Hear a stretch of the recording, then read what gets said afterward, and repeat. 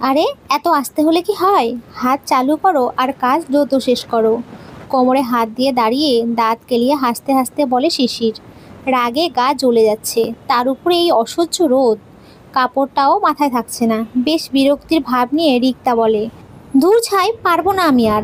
না পারলে কি হয় বলো, দ্রুত গাছটা লাগাও আর ফোটো এখান থেকে। দেখুন বেশি বাড়াবাড়ি করছেন কিন্তু, আমি জীবনেও এসব করিনি। তো এখন থেকে করবে। অনেক কষ্টে টবে গাছটা রোপণ করলো রিক্তা। আর শিশির দাঁড়িয়ে দাঁড়িয়ে মজা নিচ্ছে। পানি খাবো, হাঁপিয়ে বলে রিক্তা। একটা গাছ লাগিয়েই এত ক্লান্ত? আমার গুলুমুলু বেবির মা হবে কিভাবে তবে? বাহ, স্বপ্ন তো দেখি আকাশ সমান। যান, এতগুলো গফদের কাছে গিয়ে এই আবদার করেন? চোখ রাঙিয়ে বলে রিক্তা। না, পার্সোনাল কাজের লোক বোঝো না তুমি? ওরা আমায় ভালোবাসবে শুধু, আর তুমি চাহিদা মেটাবে। কথাটি বলে চাপা হাসে শিশির। শিশির জানে রিক্তা এখন রেগে যাবে, তবুও একটু জ্বালানোর জন্য বলল এসব। মেয়েটাকে রাগাতে খুব ভালো লাগে, রাগলে একদম গালগুলো টমেটোর মতো হয়ে যায়। রিক্তা রাগ করে হাতে লেগে থাকা মাটিগুলো ঝেড়ে শিশিরের গায়ে মেরে চলে যায় এক দৌড়ে নিচে। শিশির মুচকি হাসে, কেন জানি একটা ভালো লাগা কাজ করছে মেয়েটার উপরে। রিক্তা সিঁড়ি দিয়ে নামতেই আফিয়া বেগমের সামনে পড়ল। আফিয়া বেগম চোখ বড় বড় করে তাকাতেই রিক্তা কাচুমাচু শুরু করে দেয়।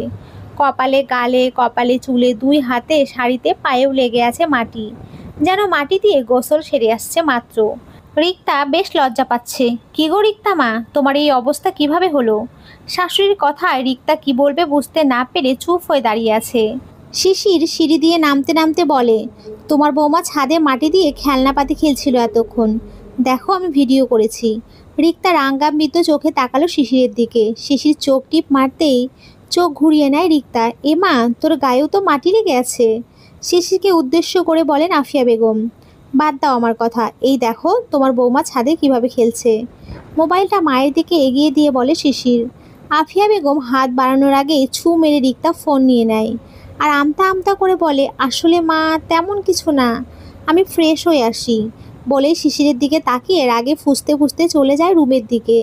শিশির মুচকি হাসে। আফিয়া বেগম ছেলের কাণ্ড দেখে অবাক। রিক্তা ওয়াশরুমের দরজা খুলতে শিশির এসে রিক্তার হাত ধরে ফেলে। রিক্তা এক টানে হাত ছাড়িয়ে নিয়ে বলে, সব সময় এমন না করলে কি হয় না? না হয় না, তোমার 3-4 ঘন্টা তো লেগেই যাবে, ততক্ষণে আমি 50 বার গোসল করতে পারবো। সো আগে আমি যাব। আঙুল নাচিয়ে নাচিয়ে বলে শিশির। দেখুন, দাঁত চেপে বলে রিক্তা। দেখালে না তো কিছুই। রিক্তা বিরক্ত হয়, ও টুনির মা, তোমার টুনি কিছুই দেখায় না। সুর তোলে শিশির। অসভ্য, অসভ্যতামির কিছুই তো করলাম না এখনো বউ। দাঁত কেলিয়ে হাসতে হাসতে বলে উঠল শিশির। দেখুন আমার অস্বস্তি লাগছে, আগে আমাকে যেতে দিন। না, আগে আমি। এটা বলে ফ্রুত করে ওয়াশরুমে ঢুকে পড়ে শিশির। রিক্তা রাগে ফুঁসতে থাকে। কি কি মনে করে নিজেকে এই বদমেজাজি লোকটা। মামার বাড়ির আবদার পাইছে, যখন যা ইচ্ছে হয় তাই করবে, আমিও কম না। আটকে দিয়েছি দরজা, আজকে ওখানেই কাটাতে হবে সারাদিন। আমি তো গেলাম। শেষের কথাটি জোরে বলায় শিশিরের কানে বাড়ি খেয়েছে একটুখানি কথাটি। শিশির দ্রুত শাওয়ার বন্ধ করে দরজা খুলতে গিয়ে দেখে সত্যিই রিক্তা দরজা আটকিয়ে চলে গেছে। এবার কিন্তু ভীষণ রাগ হচ্ছে শিশিরের। সে নিজেই জানে না এখানে থেকে একবার বের হলে রিক্তার কি অবস্থা করবে। রিক্তা অন্য রুমে গিয়ে প্রায় আধা ঘন্টা সময় নিয়ে শাওয়ার নিল। শাওয়ার নিয়ে নিজের রুমে এসে ভেজা কাপড়গুলো শুকাতে বারান্দায় চলে গেল। কাপড় রোদে দিয়ে এসে আয়নার সামনে দাঁড়িয়ে ভেজা চুল মুছতে মুছতে গুনগুন করে গান গাইছে। ওহে শ্যাম, তোমারে আমি নয়নে নয়নে রাখিব, অন্য কাউরে না আমি চাইতে দিব। শিশির শুনতে পায় রিক্তা গানের সুর ধরেছে সেটাই। মহারানী আসছে এতক্ষণে গোসল শেষ করে। রিক্তা, ওই রিক্তা, দরজা খোলো বলছি, ভালো হবে না কিন্তু। দরজায় থাবড় দিতে দিতে বলে শিশির। রিক্তা ভয় পাচ্ছে খুব। পরবর্তীতে ওর সাথে কী হবে সেটা নিয়ে তো সে চিন্তাই করেনি। কি হবে এখন, আমি কোথায় পালাবো? ভেজা চুল না মুছে রুমে পায়চারি করতে লাগলো রিক্তা। এদিকে গোসল সেরে টাওয়াল পরে দরজার কাছে দাঁড়িয়ে আছে শিশির। অনেকক্ষণ রুমে হাঁটাহাঁটি করার পর রিক্তার মাথায় বুদ্ধি এলো। সে আস্তে করে দরজার খিল খুলে দিয়ে দৌড়ে রুম থেকে বেরিয়ে যাবে। বাঁকা হাসে রিক্তা। সে পা টিপে টিপে ওয়াশরুমের দরজার সামনে গিয়ে আস্তে করে খিল খুলতে নিলেও শিশির বুঝে যায় যে দরজা খোলা হচ্ছে, কারণ শিশির দরজার সাথে চিপকে দাঁড়িয়েছিল। খিল খুলে রিক্তা পালাতে যাবে, তখনই শিশির ওর হাত টান দিয়ে ধরে ফেলে। কেঁপে ওঠে রিক্তা। বেশ ঠান্ডা হয়ে আছে শিশিরের হাত। শিশির এক টান দিয়ে রিক্তাকে দেওয়ালের সাথে চিপকে ধরে।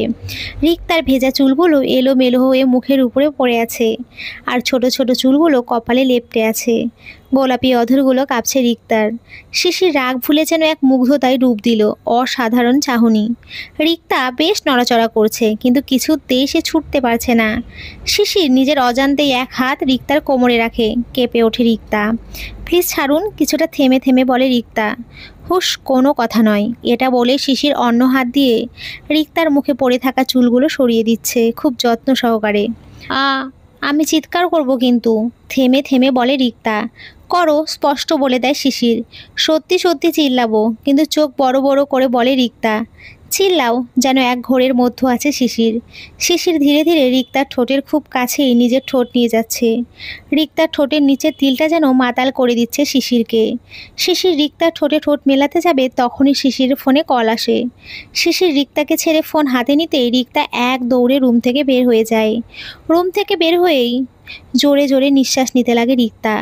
শিশির ফোন হাতে নিয়েই অবাক, এতগুলো বছর পর ওর কল কেন? তবে কি ও সেদিন? আর কিছু ভাবতে পারছে না শিশির। 7-5 ভেবে শিশির কল রিসিভ করলো। ওপাশ থেকে ভেসে আসলো এক মেয়েলি কণ্ঠ। ধূপ করে উঠল শিশিরের বুকটা। কে? প্রশ্ন করে শিশির। তোর বউয়ের সতীন। 1 মিনিট দেরি হয়নি আর শিশিরে চিনতে।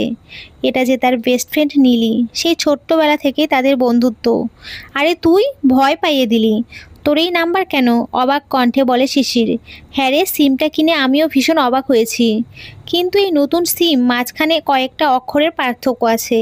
ওর কালো ছায়া আর পড়তে দেব না আমার জীবনে। হ্যাঁ, ও আর কখনোই আসুক তা আমরা কেউই চাই না। তারপর বল, বউ কেমন? শিশির মাথা চুলকায় আর বলে, ডাইনি একটা। ওপাশ থেকে নীলি কুটকুট করে হাসতে হাসতে শেষ। কল কেটে একটা স্বস্তির নিঃশ্বাস নিল শিশির। না, এত বছর পরও কিছুতেই আসবে না আর। তবে কেন? না, আর ভাবতে পারছি না আমি। 1 কাপ কফি হলে বন্ধ হতো না। রিক্তা সিঁড়ি দিয়ে উঠতে যাবে, তখনই দেখলো শিশির নামছে। রিক্তা থেমে যায়। শিশির রিক্তাকে দেখতে পেয়ে বলে, 1 কাপ কফি হবে? রিক্তা অবাক হলো, কারণ শিশির খুব নরম স্বরে কথাটি বলেছে। রিক্তার মনে হয়েছিল এখনই শিশির তার উপরে সমস্ত রাগ ঝাড়বে, কিন্তু তেমন কিছুই হয়নি। কিসের কফি? এই অসময়ে? ভাত খেতে ডাকতে আসছিলাম, আসুন বলে রিক্তা শিশিরের হাত ধরে টেনে ডাইনিংয়ে নিয়ে গেল। আফিয়া বেগম আগে থেকেই বসেছিল ডাইনিংয়ে। মুচকি হাসলেন আফিয়া বেগম। মা, আমি ভাত খাবো না, মন খারাপ করে বলে শিশির। কেন রে বাবা, শরীর খারাপ করেছে নাকি? না আম্মু, এমনি। তবে বস বৌমার পাশে। রিক্তা লাজুক হাসে। শিশির চুপচাপ বসে পড়ে। মা, আব্বু আসবে না দুপুরে খাবার খেতে? মুচকি হেসে শাশুড়িকে জিজ্ঞেস করে রিক্তা। না মা, তোমার আব্বুর জন্য ড্রাইভার দিয়ে পাঠিয়ে দিয়েছি খাবার। খাওয়ার শেষে আফিয়া বেগম বলেন, শিশির বাইরে যাস না, কিছুক্ষণ পর শ্বশুরবাড়িতে যেতে হবে। আর রিক্তা মা, তুমি আমার সাথে আসো। রিক্তা বাধ্য মেয়ের মতো শাশুড়ির পেছন পেছন যেতে লাগলো। শিশির রুমে চলে যায়। মন খারাপ হয়ে গেছে। সে চেনা নাম্বারটা বারবার চোখের সামনে ভেসে উঠছে তার। আফিয়া বেগম কাবার্ড খুলে একটা লাল খয়েরি পাড়ের গোল্ডেন রঙের শাড়ি বের করে রিক্তার দিকে এগিয়ে দিয়ে বলে, রিক্তা মা, আজ এই শাড়ি পরে তুমি বাবার বাড়িতে যাবে। তোমাদের বিয়ে ঠিক হওয়ার পরেই এই শাড়িটা কিনেছিলাম আমি তোমার জন্য। রিক্তা হাত বাড়িয়ে শাড়িটা নিল। খুশিতে আত্মহারা রিক্তা। শাশুড়ির এত ভালোবাসা দেখে চোখের কোণে জল চিকচিক করছে রিক্তার। কপাল করে শাশুড়ি পেয়েছে বটে। রুমে এসে দেখে শিশির কোথাও নেই। শাড়িটা খাটের উপরে রেখে বারান্দার দিকে পা বাড়ায় রিক্তা। বারান্দায় পা রাখতেই দেখে শিশির ইজি চেয়ারে চোখ বন্ধ করে বসে আছে। রিক্তা পা টিপে টিপে শিশিরের সামনে গিয়ে দাঁড়িয়ে হালকা একটা কাশি দেয়। শিশির চোখ খোলে না। এবার রিক্তা আরেকটু জোরে কাশি দেয়। এবারও শিশিরের কোনো সাড়া শব্দ নেই। মনে হয় ঘুমিয়েই গেছে। এই সুযোগে আমি তৈরি হয়ে আসি, এটা বলে রিক্তা তৈরি হতে যায়। উনি তো ঘুমাচ্ছে, আমি রুমেই কাপড়টা চেঞ্জ করে ফেলি। এটা বলে রিক্তা খাটের ওপর থেকে শাড়িটা নিল পরার জন্য। ব্লাউজ আর পেটিকোট পরে শাড়ি পরতে যাবে। ঠিক তখনই শিশিরের আগমন হয় রুমে। কিন্তু শিশির রিক্তার পেছনে থাকায় সে খেয়াল করেনি। শিশির বারান্দার দরজার সাথে হেলান দিয়ে দাঁড়িয়ে বাঁকা হাসে। রিক্তা আপন মনে গুনগুন করতে করতে শাড়ি পরছে।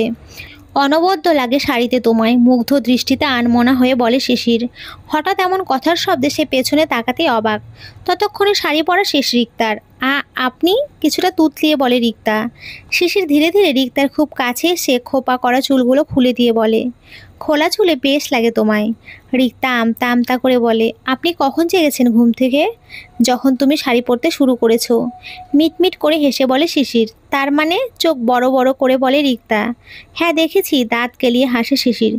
ছি ছি ছি ছি, কি লজ্জা কি লজ্জা, দুই হাত দিয়ে মুখ ঢেকে বলে রিক্তা। শিশির হাসতে হাসতে ওয়াশরুমে চলে যায়। রিক্তা দ্রুত তৈরি হয়ে চলে যায় নিচে, নয়তো নজর মেলাতে পারবে না যে রিক্তা। বেশ লজ্জা পেয়েছে এবার। বিকাল ৩টা ৩০-এ মায়ের থেকে বিদায় নিয়ে বেরিয়ে পড়ে দুজনে। শিশির গাড়িতে বসে অপেক্ষা করে। রিক্তা একটু পরে সে গাড়ির পেছনের সিটে বসে যায়। তা দেখে শিশিরের চোখ লাল হয়ে যায় রাগে। সব কিছুতে বাড়াবাড়ি করে মেয়েটা। আমি তোমার ড্রাইভার নয়, সামনে এসে বসো, শক্ত গলায় বলে শিশির। আমার সামনে বসতে ভালো লাগে না, স্পষ্ট বলে দেয় মুখের উপরে রিক্তা। তো ড্রাইভার নিয়ে চলে যাও, আমি যেতে পারবো না। আর আম্মুকে বলবো তুমি আমায় যেতে বারণ করেছো। সামনের দিকে তাকিয়ে রাগান্বিত স্বরে বলে শিশির।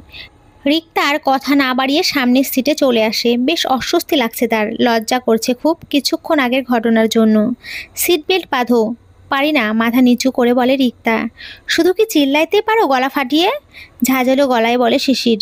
ভড়কে যায় রিক্তা। শিশির রিক্তার খুব কাছে গিয়ে একটু ঝুঁকে রিক্তার দিকে সিট বেল্ট বাঁধার জন্য। কী করছেন আপনি? কাপা কাপা কণ্ঠে বলে রিক্তা। চুপ থাকো একদম, নয়তো ধমক দিয়ে রিক্তার ঠোঁটের দিকে তাকিয়ে বলে শিশির। চুপ হয়ে যায় রিক্তা, লজ্জা পাচ্ছে খুব। শিশির চুপচাপ ড্রাইভ করছে আর চোখে রিক্তার দিকে তাকাচ্ছে একটু পর পর। হালকা মেকআপ, কপালে লাল খয়েরি রঙের একটা ছোট্ট টিপ, ঠোঁটে হালকা লিপস্টিক, চোখের নিচে হালকা কাজল, হাত ভরা চুড়ি পরেছে। সব মিলিয়ে অনবদ্য সুন্দর লাগছে রিক্তাকে। চুলগুলো খোলা রেখেছে শিশিরের বলাতে। বাতাসে এলোমেলো হয়ে উঠছে চুলগুলো, দুই একটা চুল গিয়ে শিশিরের চোখে মুখে লাগছে। কিন্তু শিশির মোটেও বিরক্ত হচ্ছে না। আজব এক মেয়ে তুমি। এই যুগে এমন হাত ভর্তি চুড়ি কেউ পরে? সামনে তাকিয়ে ড্রাইভ করতে করতে বলে শিশির। আমি পরি, কারণ চুড়ি আমার নেশা, ভালোবাসা। খুব ভালো লাগে চুড়ি আমার, মিষ্টি হেসে বলে রিক্তা। শিশির আর কিছু বলে না এই বিষয়ে। চুলগুলো ভীষণভাবে উঠতে দেখে বলে, এসি গাড়িতে গাড়ির গ্লাস খোলা রাখা কি খুব বেশি প্রয়োজন? ড্রাইভ করতে করতে বলে শিশির। হ্যাঁ খুবই প্রয়োজন, নয়তো বমি আসে আমার। মুখ টিপে হেসে বলে রিক্তা। কারণ রিক্তার কোনো বমি টমি আসে না, বাইরের বাতাসগুলো খুব ভালো লাগে রিক্তার। সে প্রকৃতির বাতাস উপভোগ করতে চায়, কিন্তু শিশিরকে আপাতত সেটা বলতে চাচ্ছে না রিক্তা। কিছু বললে এখন কথা বাড়বে, আর কথা বললে রিক্তা এই সুন্দর মুহূর্তটা ভালোভাবে উপভোগ করতে পারবে না। গাড়ি থামান, গাড়ি থামান, রিক্তা শিশিরকে হালকা থাবড় দিতে দিতে বলে। শিশির আশেপাশে দাঁড়িয়ে গাড়ি থামায়। এই মাঝ রাস্তায় গাড়ি থামতে বললে কেন? কিছুটা বিরক্ত হয়ে বলে শিশির। ওই দেখুন, বাহিরের দিকে আঙুল দেখিয়ে বলে রিক্তা। শিশির হা হয়ে তাকিয়ে আছে বাহিরের দিকে।